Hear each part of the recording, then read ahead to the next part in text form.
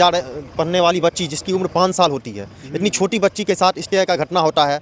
और बेगूसराय में देखिए कल ही एक टोटो वाले को अल्पसंख्यक समाज से मुसलमान समाज का था, उसको बुलाया जाता है कि आओ किराए पे लेके चलेंगे और बुला के उसकी हत्या कर दी जाती है। इस तरह की आए दिन घटना हो रही है। और इस तरह की दोस्तों नमस्कार, मैं राजू रायन, आप देख रहे हैं भारत की आवाज़। इस वक्त हमारी मौजूदगी बलिया में है, जहां पर कि हम आज एक घटना को कवरेज करने आए थे, कस्बा, जहां पर कि एक नेता मिले हैं MIM के, जो कि यूथ प्रदेश महासचिव हैं। तो सबसे पहले हम स्वागत करेंगे इनका और नाम भी जानने का प्रयास करें। क्या नाम हुआ आपका? मेरा नाम से खालिद हुआ। खालिद जी, तो क्या कहेंगे, ये जो घटना हुई है, बिल्कुल आज हम लोग खगड़िया से चलकर आपके क्षेत्र में आए हैं, तो इस पर क्या मामला अभी तक पहुँचा है? मामला ही पहुंचा कि गिरफ्तारी हुई है, जो एक्यूज्ड है, जो मुलजिम है, उसकी गिरफ्तारी हुई है। प्रशासन अपने स्तर पे काम कर रही है। लेकिन ये घटना मुख्यमंत्री नीतीश कुमार का जो एक नारा है, सब पढ़े बेटी पढ़े बेटी बढ़े, मोदी नरेंद्र मोदी जी का जो नारा है, सबका साथ सबका विकास, उस पर जोरदार तमाचा है।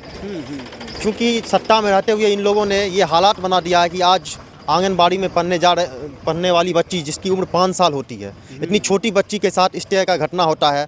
और बेगूसराय में देखिए कल ही एक टोटो वाले को अल्पसंख्यक समाज से मुसलमान समाज का था, उसको बुलाया जाता है कि आओ किराए पे लेके चलेंगे और बुला के उसकी हत्या कर दी जाती है। इस तरह की आए दिन घटना हो रही है और इस तरह की निंदनीय घटना। प्रशासन कहीं ना कहीं विफल है। ये जो वादा है मुख्यमंत्री का, सबका साथ सबका विकास, यही है कि मुसलमानों की बेटी है तो उसके साथ बलात्कार हो जा रहा है, न कोई मुआवजा की बात कर रहा है, न सरकार की तरफ से कोई मंत्री आ रहा है। और जो सरकार के जो माइनॉरिटी कमीशन के जो मिनिस्टर हैं, टोपी प्रकोष्ठ के जो मंत्री हैं, जामा खान, जिसको हम लोग पैजामा खान भी कहते हैं, वो पैजामा पहनकर पूरे बिहार घूमने का काम करते हैं। लेकिन इतना बड़ा जघन अपराध हुआ, आज तक उन्होंने कोई ऐलान तक नहीं किया, अपने फेसबुक या ट्विटर पे ट्वीट तक नहीं किया कि ये जो घटना हुआ है निंदनीय घटना है, हम इसकी जांच कराएंगे। कुछ इस तरह की बात उन्होंने नहीं की और न ही कोई मुआवजा देने की बात कही, जबकि उनको कायदे से चाहिए कि फर्स्ट। हो सकता है कि जामा खान जी को मालूम नहीं होगा। अच्छा, इतनी बड़ी घटना हो गई, हो सकता है ये इतनी बड़ी घटना हो गई और जामा खान को मालूम नहीं हो सका। तो मुख्यमंत्री का जो एक विभाग है, सूचना का जो विभाग तो 4 दिन हो गया है, तो जिम्मेदारी तो आपके मुखिया पर भी सवाल है, जो कि असदुद्दीन ओवैसी हैं, बिहार के अख्तरुल इमान जी हैं, जो कि विधायक हैं, और उनको भी तो सदन में बात मजबूती ढंग से इस बच्ची के लिए उठाना चाहिए। सीट तालीम का आज पहला दिन था, आज बजट पेशी का पहला दिन था सदन में। अख्तरुल इमान साहब ने असेंबली के गेट पे मीडिया वाले से मुखातिब होकर कहा है कि जब सवाल उठाने का मामला आएगा तो हम बिहार में हो रहे मजलूमों पे जुल्म हो रहे, जैसे जिस तरह से बेटियों का बलात्कार हो रहा है या हत्याएं हो रही है, उर्दू शिक्षकों को तनख्वाह नहीं दी जा रही है, TET की अभी तक बहाली नहीं हो रही है, इन सभी मुद्दे पे उन्होंने आज ही कहा है। मैं आपको अभी इंटरव्यू के बाद वीडियो वो प्रोवाइड करा दूंगा कि हम आवाज़ उठाएंगे। आवाज़ इस बच्ची के लिए सदन में कितना हद तक उठेगा, ये हम आपसे पूछ रहे हैं। इससे पहले भी आपने देखा होगा, जब पंचबीर में एक इसी प्रकार का जघन अपराध हुआ था तो अख्तर साहब चलकर पंचबीर भी आए थे, जब पुलिस कार्रवाई नहीं कर रही थी। लेकिन यहाँ पे पुलिस कार्रवाई कर रही है, पुलिसिया कार्रवाई जो होनी चाहिए वो हो रही है, इसलिए उनको यहाँ पे आने की ज़रूरत नहीं हुई है। अगर ज़रूरत पड़ेगी तो वो यहाँ पर भी आएंगे। और जहाँ तक रहा सवाल सदन में, तो बलिया में जिस तरह सट्टी चौड़ा में मामला होता है, स्थानीय विधायक नदारत होते हैं, वो सवाल नहीं करते। लेकिन हमारे विधायक, एकमात्र विधायक बिहार में अख्तरुल इमान साहब, जो अमौर से जीत कर आते हैं, यहाँ से 200 किलोमीटर दूर है, लेकिन वो यहाँ की समस्या को भी सदन में उठाने का काम करते हैं। आपने पिछले दिनों देखा होगा सट्टी चौड़ा में जब 4 लोगों को जलाया गया, जिसमें 2 की हत्या हो गई, कोई यहाँ का विधायक नदारत था, उसने एक सवाल नहीं किया। पंचबीर में बलात्कार हो जाता है, विधायक के आवास से 2 किलोमीटर दूर पर बच्ची का घर होता है, विधायक जी 4 दिन तक नहीं आते हैं। बगल में राजद के कैंडिडेट होते हैं तनवीर हसन साहब, वो भी 1 हफ्ते के बाद जाते हैं हॉस्पिटल में मिलने के लिए बच्ची से। लेकिन एक 200 किलोमीटर दूर किशनगंज सीमांचल से एक विधायक चलकर आता है और उन मजलूमों की आवाज़ को बुलंद करता है। बिल्कुल सवाल है, ये MIM के नेता का जो सवाल है बिल्कुल वाजिब है कि जब सवाल 1 किलोमीटर दूर तनवीर हसन साहब का घर है, अभी तक नहीं आया यहाँ, न एक ट्वीट किया है उन्होंने, न एक फेसबुक पर एक पोस्ट किया है। चलिए, बहुत बहुत धन्यवाद। देखिए, इनका जो सवाल है बिल्कुल वाजिब है कि जब वोट की बारी आती है तो आपको राजद नज़र आता है, तो सवाल के वक्त कहाँ आप चले जाते हैं। तो जबकि बगल में नियर में घर है तनवीर हसन साहब का, जो जिम्मेदार व्यक्ति हैं पूरे बेगूसराय के, सब पूर्व प्रत्याशी सांसद के भी रहे हैं, तो ये आखिर इंसाफ के लिए इस वक्त कौन आएगा, ये सवाल इनका वाजिब है। MIM नेता अगर बोलते हैं तो बोलते हैं कि ये तो वोट कटवा नेता है। हालांकि लोकतंत्र में सभी का अधिकार है चुनाव लड़ना और हक के लिए लड़ना और अपने अधिकार के लिए लड़ना, कोई गलत नहीं है। तो लेकिन है क्या कि अभी आपने सवाल किया वोट कटवा, तो हमने बिहार में पिछले विधानसभा में 19 सीट पे हमने चुनाव लड़ा, जिसमें हमने 5 सीट पे कामयाबी हासिल की। जिन 19 सीट में से 5 सीट पे हम जीते, वहाँ पे जदयू और भाजपा को हमने हराया है। जदयू और भाजपा को हमने हराया है। वहाँ पे ये जो महागठबंधन थी वो रेस में नहीं थी, वो तीसरे नंबर की पार्टी रही है। और जहाँ पे हम चुनाव हारे हैं, जिस तरह से उन सभी सीटों पे, बाकी सभी सीटों पे यही महागठबंधन के उम्मीदवार कामयाब हुए हैं। तो कहाँ से आप, किस तरह से आप जोड़ टंगल कर रहे हैं, जो आप बता रहे हैं MIM की वजह से इनको नुकसान हुआ, उनको हुआ नुकसान। अगर आप आज देखें, अरे नुकसान हो या ना, उससे क्या मतलब है, लोकतंत्र है, चुनाव तो लड़ने का आपका राइट है। तो देखिए ये जो क्षेत्र है बेगूसराय है, गिरिराज सिंह का क्षेत्र है, वो भाजपा के नेता हैं जिनके मुख्य तौर पे प्रधानमंत्री नरेंद्र मोदी जी नारा देते हैं सबका साथ, सबका विकास और सबका विश्वास। तो कहाँ जाता है यहाँ में जो विश्वास है, कहीं न कहीं घटती हुई नजर आ रही था। और हम लोगों से बात करेंगे। और आपने गिरिराज सिंह का जिक्र किया, तो इस घटना के लिए गिरिराज सिंह खुद जिम्मेदार है। अब आप पूछेंगे क्यों जिम्मेदार है, तो मैं आपको बता रहा हूँ। इससे पहले इसी गांव में एक घटना होती है जो कि प्यार मोहब्बत की घटना थी जी।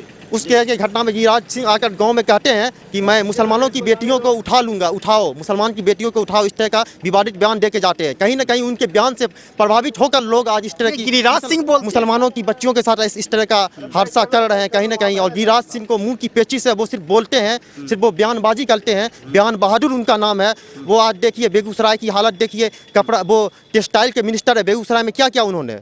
भागलपुर में कल परसों मोदी जी का प्रोग्राम था, टेक्सटाइल जो 1960-65 में भागलपुर बांग्लादेश को पीछे छोड़ दिया था टेक्सटाइल के डिपार्टमेंट में। आज भागलपुर की हालत उससे बदतर हो गई और बांग्लादेश पूरे एशिया में सबसे टॉप पर है टेक्सटाइल में। तो गिरिराज सिंह जो बयान बहादुर हैं, बयान देकर अपने सीने को फुलाते हैं, उनसे पूछिएगा कभी मिलेंगे कि आप भागलपुर को क्यों नहीं दिया, आपने क्या भागलपुर में आप आए, क्या सौगात दे के गए भागलपुर को आपने। बिहार में एक भी टेक्सटाइल का पार्क उन्होंने नहीं खोला और बिहार के बेगूसराय से जीत कर वो गए हैं। चलिए, आपका बिल्कुल बयान जायज़ है, लेकिन वर्तमान में हम आए हैं बच्ची के इंसाफ के लिए। तो हम यही कहेंगे नेताजी की ज़्यादा से ज़्यादा बच्ची के लिए बात हो, जिसके साथ जो ये दुष्कर्म हुआ है, जो कि 5 साल की बच्ची नाबालिग, और उसके साथ जबरन उठा के ले गए और आरोपी जो अपराधी है उन्होंने दुष्कर्म किया। आज इस मामले को लेकर पूरे गांव में सन्नाटा सा पसरा हुआ है।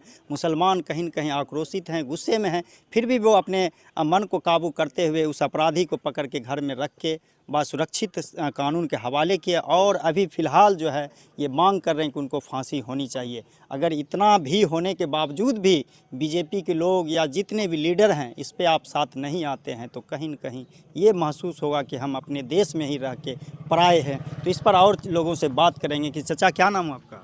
मोहम्मद अजमल। अजमल, क्या कहेंगे बच्ची के बारे में? बच्ची के बारे में हम यही कहेंगे कि हमारे गांव में कोई भी ऐसी बात, छोटी छोटी सी बात होते हैं तो संसद जी तुरंत चले आते हैं। हाँ। हमारे गांव में इतनी बड़ी घटना हुई, लेकिन ये संसद जी कहाँ रह गए। हम संसद जी से दो जुबान यही बात पूछना चाहते हैं, हम उनके मुंह से सुनना चाहते हैं कि इसके मेटल में वो क्या कहते हैं।